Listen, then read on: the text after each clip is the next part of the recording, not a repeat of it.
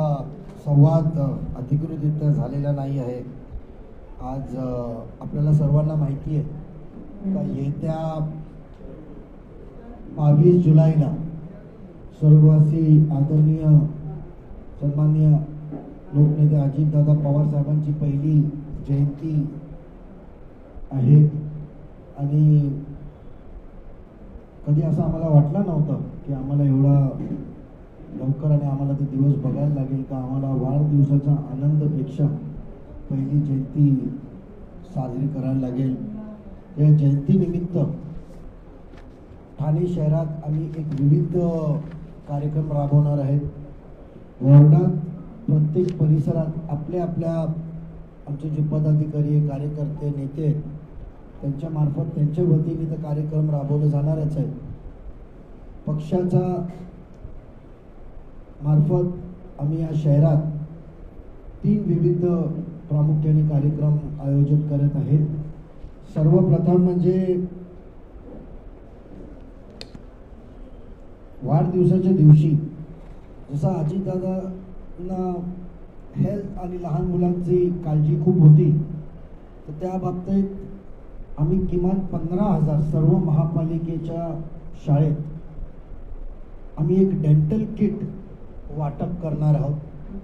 कारण आरोग्याच्या दृष्टिकोनातून दंत हे खूप महत्त्वाचं असतं आणि त्या बाबतीत एक नवीन संकल्पना, कारण आपण केक वाटप वेगवेगळ्या पद्धतीने साहित्य वाटप होत राहतं, पण एक डेंटल किट पूर्ण 12,500 विद्यार्थी जे आपले छोटे चिमुकले 1 ते 4थी पर्यंत म्हणजे नर्सरी ते 4थी जिथे बालवाडी आहेत महापालिकेच्या शाळेत तिथून तर 4थी कक्षापर्यंत आम्ही डेंटल किट देणार आहे। त्याच्यात 2 ब्रश टूथपेस्ट असं एक डेंटल किट आम्ही वाटप करण्याचे कार्यक्रम आयोजित केलेला आहे।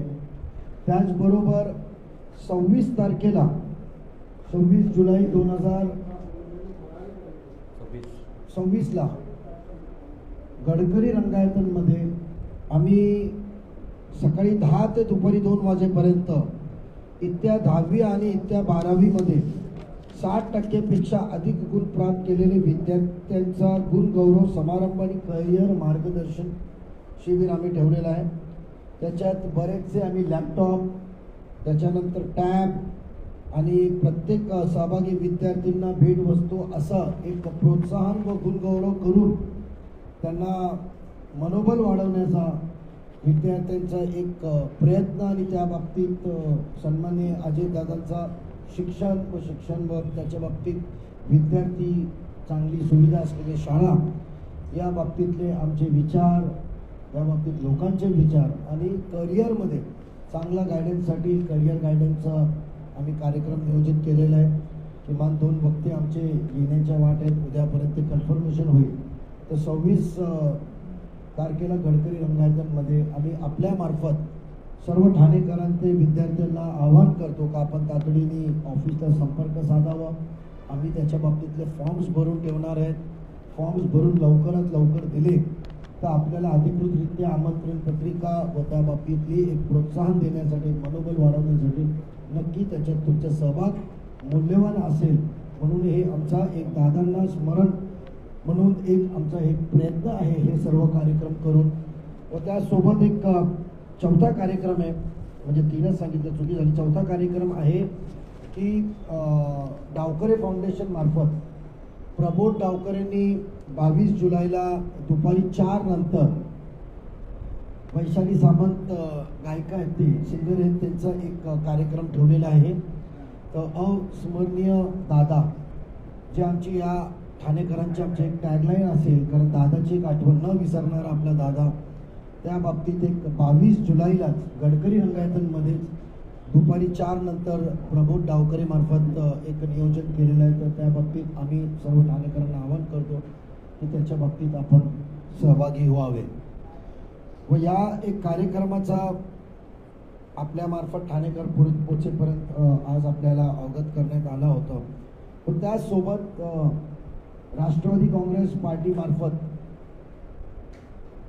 1 ऑगस्ट ते 3 ऑगस्टच्या मध्ये ती तारीख आयुक्तांची वेळ भेटल्यानंतर आहे, जे नागरिकांना आम्ही आपल्यामार्फत आवाहन करणार आहे की आम्ही पक्ष कार्यालय ते महापालिका हे आम्ही एक सर्व नागरिकांसोबत एक मोर्चा आम्ही काढणार आहोत डेटा सेंटरच्या विरोधात. जे डेटा सेंटर आज आपल्याला माहिती आहे की काही बिझनेसमॅनचा त्यांना खुश करण्यासाठी जे डेटा सेंटर बाल्कुम इथे बांधण्यात आलेलं आहे ते पूर्णपणे चुकीचं आहे. त्याच्या बाबतीत राष्ट्रवादी काँग्रेस पक्षाची भूमिका आहे की तिथले नागरिकांना पाठबळ देण्यासाठी त्यांचा जे हक्काचा लढा चालू आहे त्या बाबतीत त्यांना सहभाग देण्यासाठी आम्ही सर्व त्या दिवशी नागरिकांना पण तिथले आवाहन करणार आहोत की तुम्ही सामील व्हा. कारण हे डेटा सेंटर ठाणे शहराचा दृष्टिकोनातून हानिकारक आहे. कारण आज तुम्ही बघितलं का जे ॲमेझॉन आणि इतर डेटा सेंटर्स अमेरिकेसारख्या देशात सर्वात विकसित देश जिथे डेटा सेंटर्स आणि ही सर्व टेक्नॉलॉजी प्रथम आली तिथे शहरी भागातून किमान 27 जागा तो डेटा सेंटर हलवण्यात आलेल्या नागरिकांनी तिथले डेटा सेंटर वर्षानुवर्ष चालू असलेले डेटा सेंटर बंद करण्यात आलेले आहेत. खरं म्हणजे डेटा सेंटर शहरी भागाचा बाहेर पाहिजे, इंडस्ट्रियल एरियामध्ये पाहिजे. आणि जे निकष ही जी कलर केम जुनी कंपनी होती ती एक इंडस्ट्रियल होती आणि इथले जुने ठाणेकरांना माहिती असेल की ती एक केमिकल कंपनी असल्यावर 500 मीटरच्या अवतीभोवती त्याचा तिथला न विकास क्षेत्र होता आणि तिथे डेव्हलपमेंट होत नव्हते. आणि त्याचं कारण एवढं होतं कायद्याप्रमाणे तर तिथे हानिकारक केमिकल्स आणि हे तिथे वायू गळती जी असेल किंवा वायूचा जो प्रदूषित प्रमाण असेल ते नागरिकांना आरोग्याच्या दृष्टिकोनातून हानिकारक होऊ नये म्हणून तिथे बंदी होती बांधकामाला. पण कालांतराने ती कंपनी बंद करण्यात आली आणि त्याचा क्लोजर रिपोर्ट देण्यात आला. आणि त्या क्लोजर रिपोर्टमध्ये आपण तिथले सर्व रहिवास क्षेत्र तयार केलं आणि रहिवास क्षेत्र एकदा झाल्यानंतर तिथले इंडस्ट्री म्हणून आणि हानिकारक डेटा सेंटर सारखी इंडस्ट्री, कारण डेटा सेंटरला शहराच्या दृष्टिकोनातून नागरिकांच्या दृष्टिकोनातून कधीही फायद्याचं नाही. तो 10,000 कोटी 7,000 कोटी पहिल्या टप्प्यात इन्व्हेस्टमेंट पण करत असेल तर ती इन्व्हेस्टमेंट भारताच्या इकॉनॉमीला या महाराष्ट्राच्या इकॉनॉमीला किंवा ठाण्याच्या इकॉनॉमीला काही फायदेशीर नाही आहे. कारण तो येणारा सर्व इम्पोर्ट बाहेरचा असेल, मशिनरीज बाहेरची असेल. आजच्या तारखेला आपले सन्माननीय प्रधानमंत्री साहेबांनी आवक आणि जावक मधला तुटव लक्षात घेता म्हणजे ते मशिनरीज येणारे त्यांना डॉलर्समध्ये पेमेंट जातील, ते इम्पोर्ट असणार आहे, एक्सपोर्ट नसणार आहे. आणि तो डेटा सेंटर्सचा जे जनरेटर्स बसवणार आहेत म्हणजे किमान त्याचं आपण बघितलं तर पहिल्या टप्प्यामध्ये 3,000 केव्हीचे शक्तीचे 193 डिझेल जनरेटर संच 3,000 केव्ही म्हणजे आज सोसायटी आपण चालवताना तुम्ही आज TCS समोर जा आणि TCS समोर फक्त त्याचा AC प्लांट चालू असतं रोडासमोर आमच्या घरासमोर आहे. तुम्ही रात्रीच्या वेळी रस्त्यावर तिथे उभे राहा, तुम्हाला जो डिझेल चालू असतं तुम्हाला त्याचं नॉईज पोल्युशन छोटा संशेष आहे म्हणजे याचे 10% पण नसेल, 5% पण नसेल, तुम्हाला त्याचा आवाजाचा प्रमाण माहिती पडेल. त्याचबरोबर तिथला जो 12 MLD पाणी लागणार आहे. आज आपल्याकडे अशी कुठलीही यंत्रणा नाही आहे की आपण मागील बघितलं असेल का कोपरी इथे आपला STP प्लांट आहे आणि तो टर्शरी प्लांटमध्ये किती प्रमाणावर पाणी शुद्धीकरण होतो, नॉन पोर्टेबल वॉटर किती निघतं जेणेकरून 12 MLD. आज घोडबंदर परिसरात म्हणजे कापोरीपासून तुम्ही गायमुख पर्यंत हे राईट डावी आणि उजवी बाजूचा जो नवीन ठाणे आलेला आहे अस्तित्वात त्या अस्तित्वाच्या ठाण्याला तुम्ही 5-6 MLD पाणी पण वाढून दिलं तर मुबलक पाणी त्यांना भेटू शकतं एवढी कमतरता आहे. आणि आज फक्त एक इमारतीला एका व्यावसायिक मंडळाला मदत करण्यासाठी 12 MLD पाणी ते महापालिका म्हणते की आमच्याकडे आम्ही देणार नाही, पण उद्या बघायला कोण आलंय आणि आपल्याला सिक्युरिटी शिवाय तिथे माणसं लागणार नाहीये. तिसरा हानिकारक अभ्यास आपण बघितला तज्ञांचा तर डेटा सेंटर आल्यानंतर तिथला आजूबाजूला परिसरात रेडिएशन व्यतिरिक्त तापमानामध्ये आज 5 ते 6 डिग्रीची वाढ होणार आहे.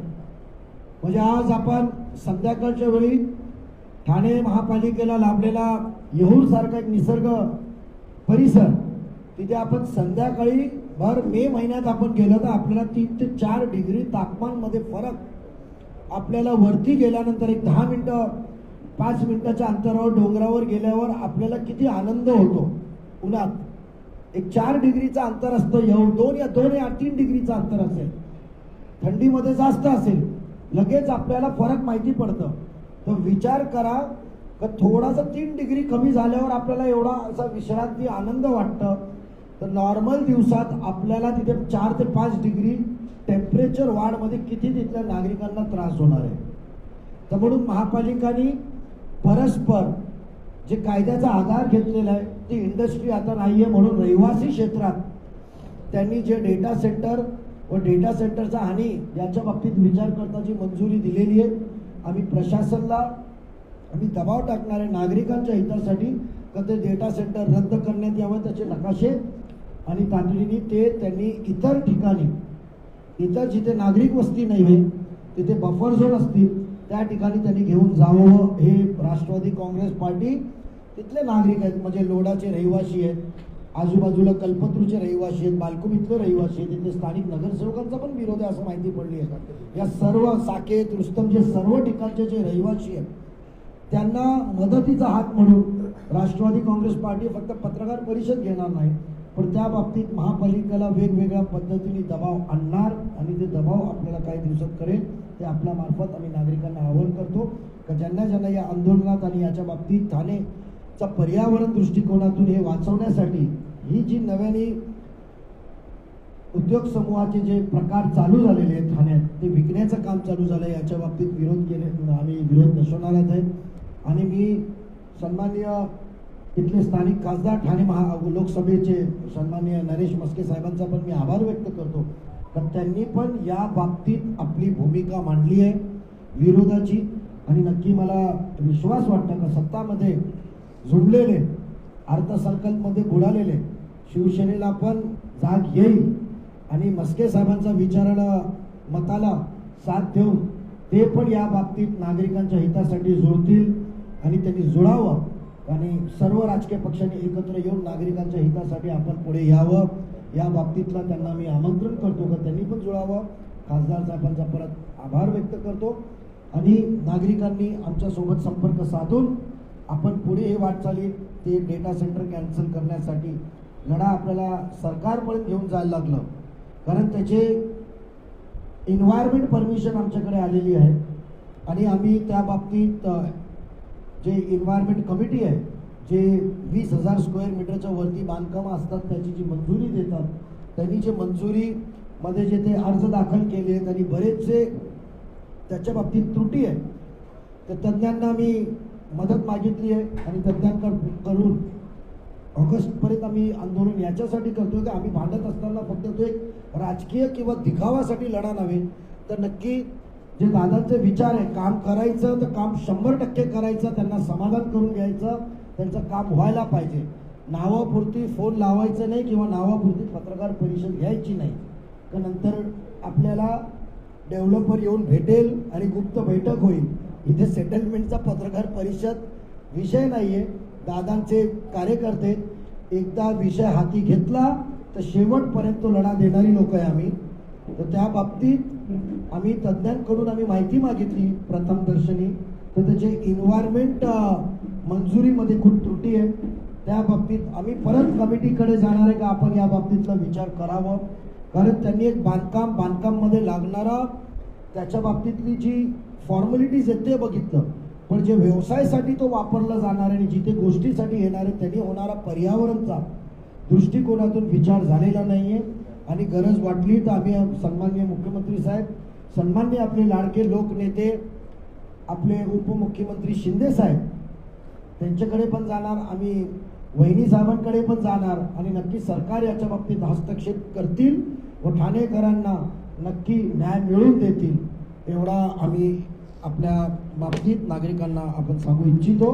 आणि ही लढा ऑगस्ट पासून तो सुरू होणार आहे.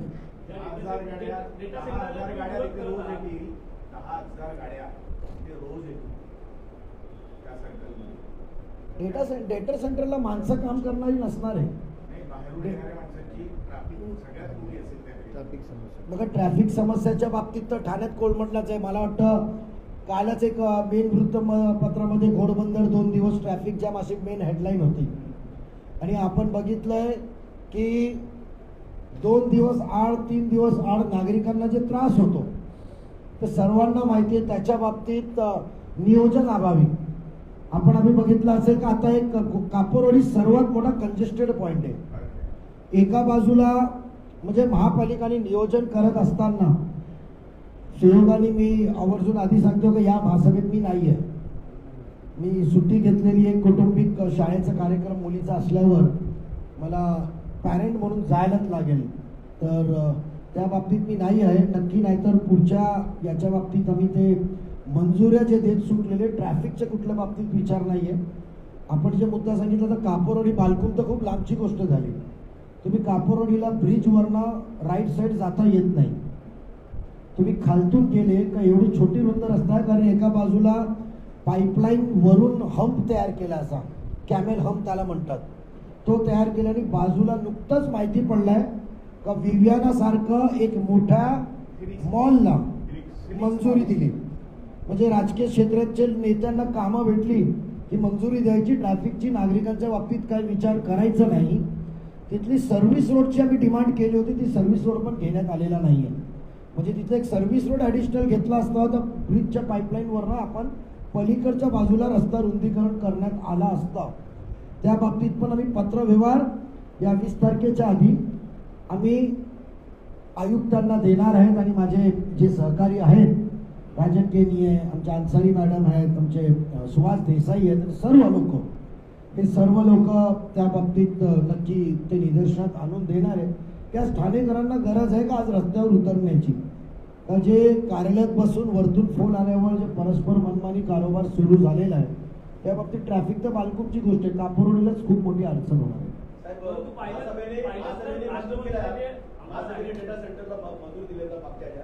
महासभेच्या मागच्या महासभेत आपण बघितलं असेल तर सर्वप्रथम ती मंजुरीला मी एकटा उभा राहिलो होतो आणि मी आयुक्तांना आणि प्रशासनाला त्या एजेंडावर विचारलं की आपण पाणी किती देणार आहे आणि पाणी 12 MLD पाणी लागणार आहे, आपण कुठून आणणार आहे ते पाणी.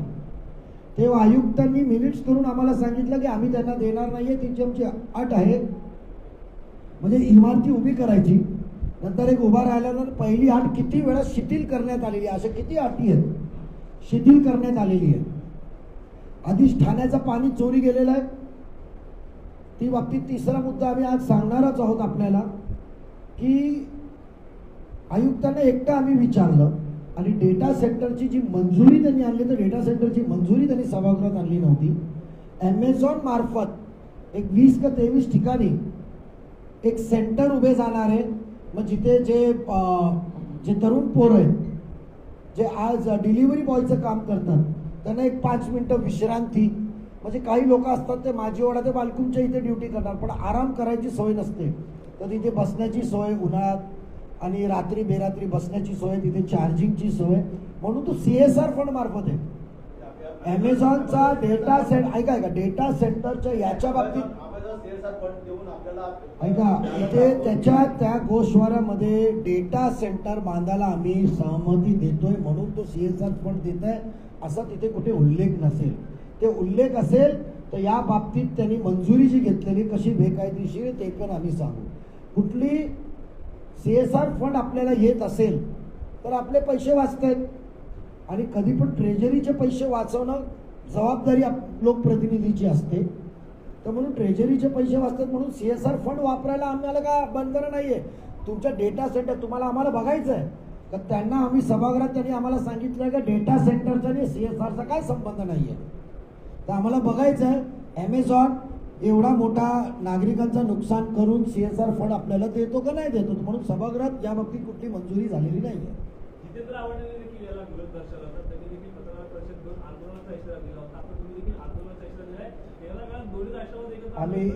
आम्ही आंदोलनाच्या तारखा सकट दिली. त्यांची पत्रकार परिषद घेऊन 1 महिना झालेला आहे, तर त्यांची भूमिका कधी कुठल्या पत्रकार परिषद शेवटपर्यंत आजपर्यंत केलेली नाही आहे. अर्धवटच राहते आणि तुम्ही मागील 2 वर्षाचे पत्रकार परिषद घ्या आणि त्याचे मुद्दे बघा सर्व. आणि आम्ही आपल्याला आवर्जून सांगितलं का मी दादाचे कार्यकर्ता एकदा विषय हाती घेतलं तर टोकापर्यंत शेवटपर्यंत आम्ही जातो. आमच्याकडे सेटलमेंट हे प्रकार नाही. बिल्डिंग मंजुरीला आपण एक्सपर्ट आहात, आपण बिल्डिंगच्या शहर विकासाचा एक्सपर्ट आहात. त्या मॅनेजरला आता बांधण्याची परमिशन दिली आहे, त्यामध्ये मी तुम्हाला सर्वात प्रथम माहिती दिली ना कांबळे साहेब, तुम्ही उशीर आले थोडेसे, की सर्वप्रथम सांगितलं की बघा सर्व ठाणेकरांना आवर्जून कसा चुकीचा कायद्याचा आधार घेतलं जातं हे तुम्ही बघा. ती एक इंडस्ट्री होती, कायद्यात इंडस्ट्री टू रेसिडेन्शियल करण्याचे प्रोव्हिजन आहे, तरतूद आहे. त्या तरतुदीमध्ये त्याचे टप्पे, टप्पा क्रमांक 1 अमुक करायचा, टप्पा क्रमांक 2 करायचा, टप्पा क्रमांक 3 करायचं, त्याच्या अमुक तरतुदी आहे. ती तरतुदीची पूर्तता करून 10 वर्षापूर्वी किंवा 8, 10, 12 वर्षापूर्वी ती कंपनी इंडस्ट्री टू I2R करण्यात आला. त्या बाबतीत आम्हाला एम्युनिटी प्लॉट भेटला, जिथे अर्बन फॉरेस्ट किंवा गार्डन आपण तो तिथे एक पार्क करणार आहे, तिथली आम्हाला एम्युनिटी प्लॉट भेटला. त्यांनी नजराणा सरकारी भरला, सर्व भरून तरतुदी पूर्ण केली. ती इंडस्ट्री म्हणजे बंद झाली. ती जेव्हा त्यांनी इंडस्ट्रीचा क्लोजर रिपोर्ट दिला I2R करण्याच्या 5-6 वर्षापूर्वी क्लोजर रिपोर्ट दिला, कारण ती केमिकल कंपनी होती. आणि ठाणे महापालिकेचा 4थ्या मजल्यावर केमिकल कंपनीच्या निर्बंधाच्या बाबतीत एक नकाशा आहे. जेव्हा इथला विकास आराखडा 99ला शासनाकडून मंजूर होऊन आला होता, तेव्हा त्या विकास आराखड्याबरोबर केमिकल झोनची तरतूद होती. त्याच्यावर सर्व नकाशे होते 500 मीटरपर्यंत.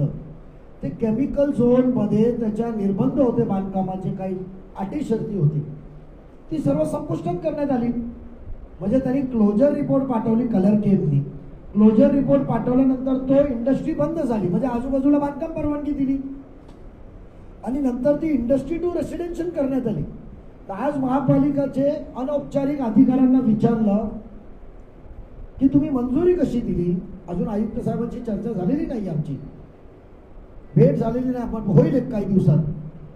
तर त्यांनी आम्हाला सांगितलं की इंडस्ट्री होती म्हणून त्याला आम्ही परवानगी दिली, पण त्याला विसर पडलाय का तुम्ही इंडस्ट्रीचं रेसिडेन्शियल केलंय. तुम्ही ती केमिकल झोन एक हॅझार्डस कंपनी आजूबाजूला असताना आज त्या बाजूला सर्व डेव्हलपमेंट झालं, म्हणजे कंपाऊंड लगत तिथे स्थानिक नगरसेवकांचं नवीन घराचं बांधकाम होतंय आणि ते ज्येष्ठ नगरसेवक 20 वर्ष भांडत होते मंजुरीसाठी का गावकऱ्यांची घरं अनधिकृत बांधायला लागतात, ते अधिकृत होऊ शकत नाही. बालकुम गावला त्याचा भूर्दंड भोगायला लागतात, तुम्ही याच्या बाबतीत निर्णय घ्या. आणि त्यांनी मोठा लढा दिलाय केमिकल झोनच्या बाबतीत. तर आज हॅझार्डियस झोन आम्ही रद्द केला आणि आजूबाजूला बांधकाम परवानगी दिली. आणि परवानगी दिल्यानंतर हॅझार्डस प्रमाणचा म्हणजे केमिकल एक काळांतराने हॅझार्डस होता, आज नव्या पद्धतीने आलंय. आज पोल्युशन म्हणून आवाजाला पोल्युशन मध्ये ग्राह्य धरलं जातं. एक काळ होता आवाज साऊंडला पोल्युशन मध्ये ग्राह्य धरलं गेलेलं नव्हतं. कालांतराने पोल्युशनचं प्रमाण बदलला, तर त्या बाबतीत हॅझार्डस म्हणून जे जे काही गोष्ट आहे त्याचे प्रमाण आणि त्याचं हे बदललंय. तेव्हा केमिकलला ग्राह्य धरलं जायचं, आता वेगवेगळ्या पद्धतीने आला. डेटा सेंटर त्याच्यात आहे, कारण तापमान वाढतं, जनरेटर होणार आहे, त्याचं लागणारा पाणी ठाण्याची गरज नाही आज ती. तर म्हणून आमचा 4थ्या मजल्याचं जे ज्ञान आहे ते नक्की हा भर त्या पत्रात येणार. राजकीय निर्णय, राजकीय त्याच्या बाबतीतला जे निर्णय ते पक्षश्रेष्ठीचे प्रवक्ते म्हणून देणार. मला वाटत नाही असं काही आहे. काही लोक नाराज होतात, नाराज झाल्यावर कधी आपण त्यांना पदावर विराजमान केल्यानंतर ते एकटे बाहेर पडतात. ते झारखंडचे ग्रस्ते त्यांना बाहेर काढल्यावर त्यांनी ते नागाच्या भरात काय ते म्हणायचं पेरू. पण अशा बाबतीत पक्ष व पक्षातले सर्व नेते एकत्र आहेत. अजिबात वाटत नाही, अजिबात वाटत नाही.